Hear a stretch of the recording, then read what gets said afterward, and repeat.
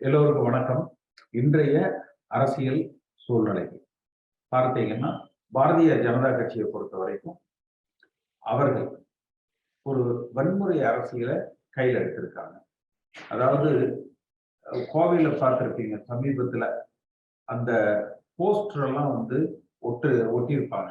அந்த மேம்பால தூண்கள்ல அந்த போஸ்டர் எல்லாத்தையுமே கிழிக்கணும்னு சொல்லி இரவு ஒரு 11 மணியில இருந்து காலை வரை அது காவல்துறையினரோடு தகராறு.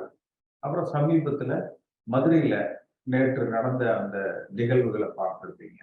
அதுல நிதியமைச்சர் பழனிவேல் தியாகராஜன் அவர்கள் மீது அந்த செருப்பு வீச்சு, இது போன்ற அவர்கள் வாகனத்தின் மீது செருப்பு வீச்சு. அப்ப அண்ணாமலை ஒரு வன்முறை அரசியலை, ஏன்னா தமிழ்நாடு என்பது என்றைக்குமே ஒரு அமைதி பூங்காவாக இருக்கிற மாநிலம்.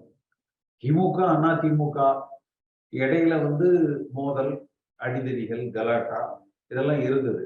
ஆனா அதெல்லாம் அதிமுக துவக்கிய காலகட்டங்கள்ல 72ல இருந்து அநேகமா ஒரு 80 வரைக்கும் தான் அது இருந்தது. அதற்கு பிறகு அந்த அரசியல் தமிழகத்துல பெரிய ஒரு மோதல் போக்கான அரசியல் இல்லை. ஆனா அண்ணாமலையை பொறுத்த வரைக்கும் இப்ப சமீபத்துல அவர் அந்த வன்முறையை தூண்டுகிறார். இவர் காவல்துறை அதிகாரியாக இருந்து வந்தவர் ஒரு கலவரத்தை தூண்டுகிற ஒரு செயல்பாடுகளை அவர் செய்து கொண்டிருக்கிறார். இது ஒரு புறம். அதே போல நீங்க திமுகவை எடுத்துட்டீங்கன்னா, ஒரு தினசரி நீங்க ஊடகங்கள்ல பார்க்கிற பொழுது, நீ ஒண்ணு இல்லை, இன்னைக்கு காலையில அந்த பத்திரிகை செய்திகளை பார்த்தீங்கன்னா, ஒரு வங்கியில மிகப்பெரிய ஒரு கொள்ளை என்று இருக்கும். அடுத்து 2 இடங்கள்ல குட்கா கடத்தல் இருக்கும், அப்புறம் கஞ்சா கடத்தல் இருக்கும். அப்ப அப்புறம் எங்கேயாவது 1-2 கற்பழிப்புகள் இருக்கும், அப்புறம் 1-2 கொலை. அப்ப இது ஒரு அன்றாட நிகழ்வாக தமிழ்நாட்டுல உருவாகி கொண்டிருக்கிறது. அப்ப சட்டம் ஒழுங்கு என்பது திமுக ஆட்சி காலத்துல சரியாக பராமரிக்கப்படுவதில்லை என்பது. அப்ப அது எப்பவுமே இப்பெல்லாம் திமுக ஆட்சிக்கு வருகிறதோ அப்பொழுதெல்லாம் பார்த்தீங்கன்னா அந்த காவல்துறை கைகள் கட்டப்பட்டு விடுகிறதா, அல்லது கலைஞரை சொன்ன மாதிரி காவல்துறையினுடைய ஈரல் சுருங்கி விட்டதா, இட்டு விட்டதா என்று தெரியல. அப்ப அந்த நிறைய அந்த வன்முறைகள், கொலை, கொள்ளை, திருட்டு, கடத்தல், போதை மருந்துகள், கஞ்சா, குட்கா இதுதான் அதிகமாக இருக்கிறது. இது ஒரு அன்றாட வாடிக்கை ஆகிவிட்டது. அதே போல பார்த்தீங்கன்னா அந்த திமுகங்கிறது இதற்கு முன்பு கலைஞர் காலத்துல மாநாட மயிலாடா இருக்கும், சினிமா விழாக்கள் இருக்கும்.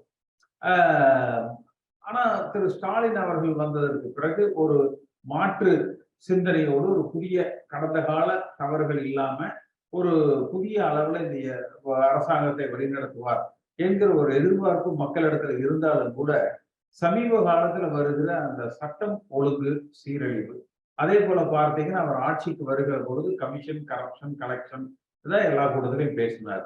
அதை எல்லாமே பார்த்தீங்கன்னா இன்னைக்கு பர்சன்டேஜ் ஜாஸ்தி பண்ணியிருக்காரு. எடப்பாடி பழனிசாமி அவர்கள் காலத்துல இருந்ததை விட அதிகமா கரப்ஷன், கலெக்ஷன், கமிஷன் இதுதான் நடந்துட்டு இருக்கு.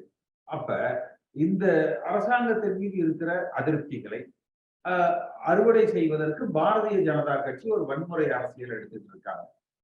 அதிமுக நாம் என்றென்றைக்கும் தமிழ்நாட்டுல மாற்று திராவிட சக்தியாக விளங்கி கொண்டிருக்கிறவர்கள் இன்றைக்கு எடப்பாடி பழனிசாமியும் சரி, ஓ பன்னீர்செல்வமும் சரி, அந்த உட்கட்சி பிரச்சனைகளை அதிகமாக முன்னிறுத்தி இப்ப இந்த நீதிமன்றத்துல நடக்கிற வழக்குகள், கட்சியில் இருக்கிற பிளவு, எடப்பாடி பழனிசாமி எங்க போனாலும் ஓ பன்னீர்செல்வத்தை தான் தாக்கி அதிகமா பேசுறாரு.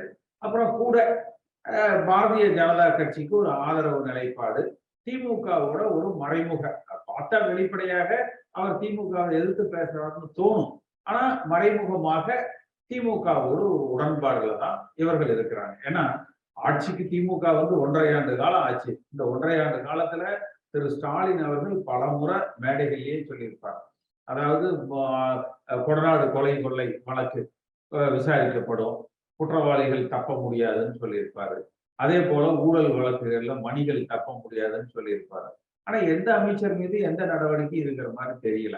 ஏன்னா எல்லோருமே இவர்களுக்குள் ஏதோ ஒரு ஒப்பந்தம், ஏதோ ஒரு வரவு செலவு நடந்து விட்டது என்கிற ஒரு அச்சம் தான் இருக்கு. அப்ப அதே மாதிரிதான் பன்னீர்செல்வம் அவர்கள் பார்த்தீங்கன்னாலும் அவர் பாரதிய ஜனதா கட்சிக்கு ஒரு பிடி என்கிற அளவிலையும் திமுகவுக்கும் ஒரு ஏற்புடையவராக நடந்து கொள்ளணும் தான் பார்க்கிறார்.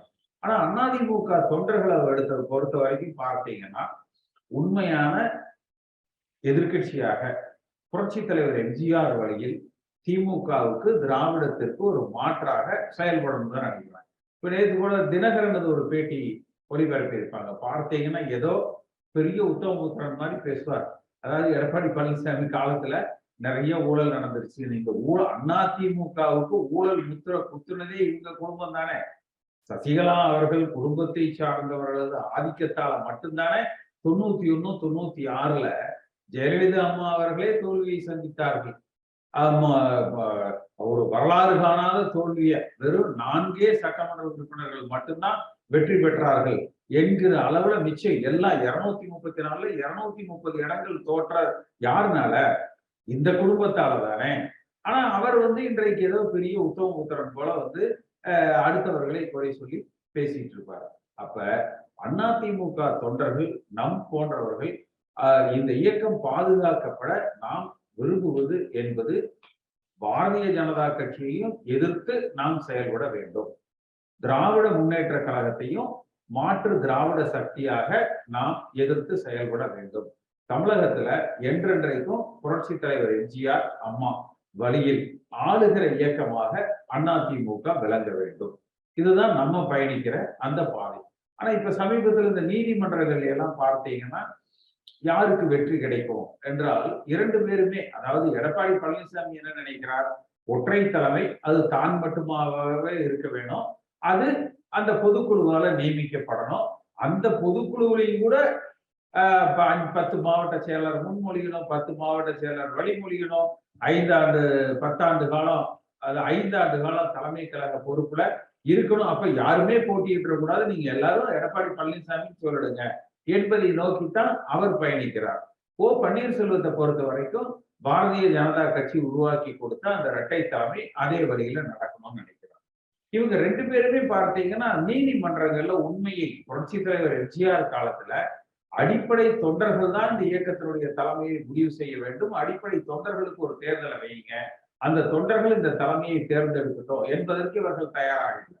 2 பேருமே 2017ல செப்டம்பர் அக்டோபர் மாதங்கள்ல அந்த பாரதிய ஜனதா கட்சி வகுத்து கொடுத்த அந்த விதிகள்ல பொதுக்குழுவால் நியமிக்கப்பட்ட இரட்டை தலைமை அதுல இருந்துதான் இவங்க வர்றாங்களே ஒழிய புரட்சி தலைவர் எம்ஜிஆர் காலத்துல உருவாக்கப்பட்ட விதி, அம்மா அவர்கள் காலத்துல உருவாக்கப்பட்ட விதிகளுக்கு இவர்கள் வரல.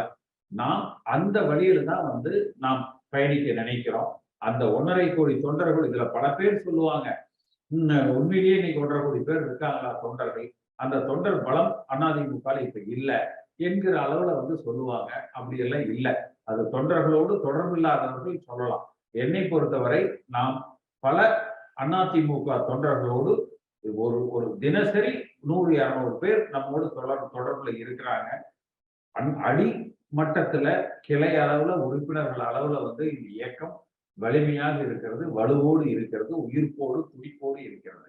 ஆனா மேல இந்த சுயநலவாதிகள் ஓபிஎஸும் இபிஎஸும் இவர்கள் சண்டையிட்டுக் கொண்டிருக்கிறார்கள்.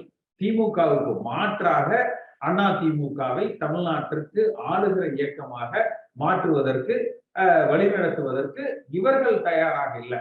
இவங்க யாருக்கு பதவி என்பதில்தான் இவர்களது குறிக்கோள் இருக்கே ஒழிய கட்சி ஆளுகிற கட்சியாக வரணும் என்பது இவர்களது நோக்கமாக தெரியல. இவர்கள் பதவிக்கு வர வேண்டும் என்பதுதான் நோக்கமா இருக்குது. அடுத்து தங்கள் 2 பேருமே தங்களது எஜமானர் பாரதிய ஜனதா கட்சி மனம் போடாமல் நடந்து கொள்ள வேணும். திமுக இவர்கள் மீது எந்த ஒரு வழக்குகளையும் தொடுத்து விடக்கூடாது, மறைமுக ஒப்பந்தத்துல போகணும். இந்த சூழ்நிலையில தான் இருக்கு. அப்ப இதையெல்லாம் முறியடித்து நாம் செய்ய வேண்டியது என்ன? ஒரு 1 லட்சம் குறைந்தபட்சம், அதிகபட்சம் 2 லட்சம் கிளைகளை தமிழகம் எங்கும் பட்டி தொட்டி எல்லாம் புரட்சி தலைவர் எம்ஜிஆர் காலத்துல உருவாக்குனதை போல ஒரு 100 உறுப்பினர்களை கொண்ட குறைந்தது 1 லட்சம், அதிகபட்சம் 2 லட்சம் கிளைகளை நாம தமிழ்நாடு உருவாக்கணும். இந்த ஆண்டு அதிமுகவுடைய பொன்விழா ஆண்டு, 50வது ஆண்டு. அப்ப தமிழகம் எங்கும் இருக்கிற அந்த கொடி கம்பங்கள் புதுப்பிக்கப்படணும், கொடியேற்ற நிகழ்ச்சிகள் நடத்தப்படணும். அதற்கு நம்ம ஒவ்வொரு பகுதியாக சுற்றுப்பயணம் செய்து, இப்ப சமீபத்துல சென்னையில ஒரு கூட்டம் போட்டிருந்தோம். மிகப்பெரிய ஒரு வரவேற்பு அதிமுக தொண்டர்களிடத்துல இருந்தது. நம்முடைய அடுத்த நிகழ்ச்சிங்கிறது விழுப்புரத்துல வருகிற செப்டம்பர் 3ஆம் தேதி இருக்கு. அதற்கும் மிகப்பெரிய ஒரு வரவேற்பு இருக்குது. இது போல ஒவ்வொரு மாவட்டமாக சென்று, அதன் பிறகு தொடர்ச்சியாக ஒவ்வொரு சட்டமன்ற தொகுதியாக சென்று அதிமுக தொண்டர்களை சந்தித்து, கிளை அளவுல இருப்பவர்களை ஒன்றிய அளவுல, ஊராட்சி அளவுல சந்தித்து இந்த இயக்கத்தை பலம் பொருந்திய ஒரு இயக்கமாக உருவாக்க வேண்டும். 2024 நாடாளுமன்ற தேர்தலில் 40ஐயும் வென்றெடுக்கிற இயக்கமாக உருவாக்க வேண்டும். 2026 வருகிற அந்த சட்டமன்ற தேர்தலில் தனித்து நின்று ஆளுகிற இயக்கமாக அதிமுக வரணும். பிஜேபியையும் நாம் கடுமையாக எதிர்க்க வேண்டும், திமுகவையும் கடுமையாக எதிர்த்து நம்ம போராட வேணும். ஒன்றுபட்ட அதிமுகவை நாம் உருவாக்க வேண்டும். சாதியத்துக்கு அப்பாற்பட்டு, சாதி மதங்களை கடந்த அதிமுகவாக, லஞ்சம் ஊழலுக்கு அப்பாற்பட்ட தலைமையை தொண்டர்கள் மூலமாக உருவாக்கி ஒரு வலிமையான அதிமுகவை நம்ம கட்டமைப்போம். அதாவது நம்ம ஒரு இடத்துலதான் கன்னியாகுமரியிலிருந்து சென்னையில கும்மிடிப்பூண்டி, இந்த பக்கம் தஞ்சாவூர், இந்த பக்கம் கோயம்புத்தூர், தமிழ்நாடு முழுக்க எல்லா பகுதியிலிருந்து எல்லாருடைய கருத்துக்களும் இங்க வந்து பகிரப்படுகிறது. எல்லோரும் என்ன நினைக்கிறாங்க, கட்சிக்காரங்க என்ன நினைக்கிறாங்க அப்படிங்கிற கருத்து வந்து நமக்கு இதுலதான் தெரிய வருது. இதை தொடர்ந்து நம்ம பேசுவோம். என்னுடைய மனப்பூர்வமான நன்றி. இந்த காணொலியை காணும் தமிழ் உள்ளங்களுக்கு ஒரு அன்பான வேண்டுகோள். சேனலை சப்ஸ்கிரைப் பண்ணிட்டீங்களா? பண்ணலனா மறக்காம சப்ஸ்கிரைப் பண்ணுங்க. சப்ஸ்கிரைப் பட்டனையும் பெல் ஐக்கனையும் உடனடியாக கிளிக் பண்ணுங்க. உங்கள் அன்பும் ஆதரவும் என்றைக்கும் எங்களுக்கு தேவை. நன்றி.